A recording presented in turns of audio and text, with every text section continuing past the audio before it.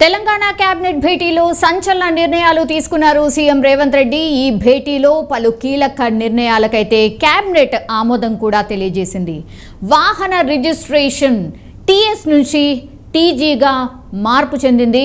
And రాష్ట్ర చిహ్నం తెలంగాణ తల్లి విగ్రహంలో మార్పులతో పాటు జయ జయ హే తెలంగాణ గీతాన్ని అయితే తెలంగాణ రాష్ట్ర గీతంగా రాష్ట్ర కేబినెట్ ఆమోదం తెలియజేసింది. అయితే గతంలో తెలంగాణ తల్లి విగ్రహం తలపై కిరీటం, ఒక చేతిలో జొన్న మొక్క కంకులు పట్టుకొని మరో చేతిలో బతుకమ్మను పట్టుకొని ఉంటుంది. మనందరికీ తెలిసిందే. ఆ విగ్రహాన్ని మనం అందరం చూస్తూనే వస్తూ ఉన్నాం. అయితే తెలంగాణలోని హైదరాబాద్లో డిసెంబర్ 2017లో జరిగిన మొదటి ప్రపంచ తెలుగు మహాసభలకు నివాళిగా పొట్టి శ్రీరాములు తెలుగు విశ్వవిద్యాలయం శిల్పకళా విభాగం ద్వారా తెలంగాణ తల్లి విగ్రహాన్ని అయితే రూపొందించారు.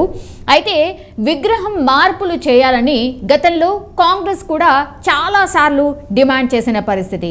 తెలంగాణ తల్లి అస్తిత్వపు చిహ్నాల పేరుతో గాంధీ భవన్లో కొత్త తెలంగాణ తల్లి విగ్రహాన్ని గతంలోనే రూపొందించింది. అండ్ తెలంగాణ తల్లి విగ్రహం ఇలాగే ఉండబోతోంది ఫ్యూచర్లో అనే ఒక మెసేజ్ గతంలోనే కాంగ్రెస్ పార్టీ పంపించింది. సో కాంగ్రెస్ నెలకొల్పిన విగ్రహం చేతిలో చెరుకుగడ, మొక్కజొన్న కంకులు ఉంటాయి. సో పల్లెదనం అండ్ అమ్మలోని కమ్మదనం కలగలిపిన రూపంలో మన తెలంగాణ తల్లిని కొలుద్దాము అంటూ గతంలో కాంగ్రెస్ నేతలు పిలుపునిచ్చిన పరిస్థితి మనం చూసాం. సో సీఎం రేవంత్ రెడ్డి తీసుకున్న ఈ నిర్ణయాల వెనుక ప్రస్తుతం ఒక ఆసక్తికర చర్చ అయితే జరుగుతోంది. ప్రభుత్వ నిర్ణయాన్ని స్వాగతిస్తున్న వారు కొందరైతే మరికొందరు పెదవి విరుస్తున్నారు. ఎందుకు ఈ చేంజెస్ అంటూ. ఈ నేపథ్యంలోనే కేబినెట్ నిర్ణయాలపై ముఖ్యమంత్రి రేవంత్ రెడ్డి స్వయంగా ఆసక్తికర వ్యాఖ్యలు చేశారు. ట్విట్టర్ వేదికగా ఆయన స్పందించారు. జయ జయ హే తెలంగాణ గీతాన్ని రాష్ట్ర అధికారిక గీతంగా ప్రకటించడం వెనుక ఆయన కారణాన్ని అంటే రీజన్స్ని వెల్లడించే ప్రయత్నం చేశారు.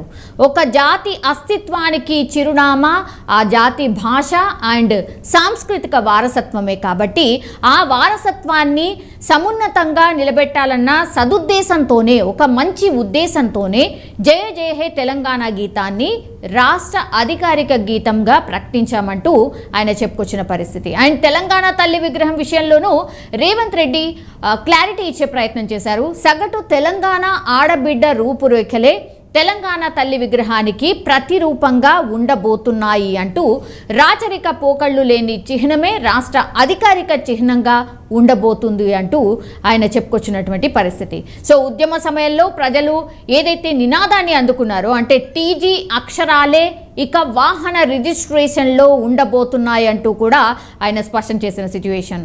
ఈ మార్పులు 4 కోట్ల తెలంగాణ ప్రజల ఆకాంక్ష అని, ఆ ఆకాంక్షను నెరవేరుస్తూ రాష్ట్ర కేబినెట్లో నిర్ణయం తీసుకున్నామంటూ ఆయన చెప్పుకొచ్చే ప్రయత్నం చేశారు. సో ఎవరు ఏమనుకున్నా సరే కొన్ని సంచలన నిర్ణయాలు అయితే తీసుకుంటూ వస్తున్నారు.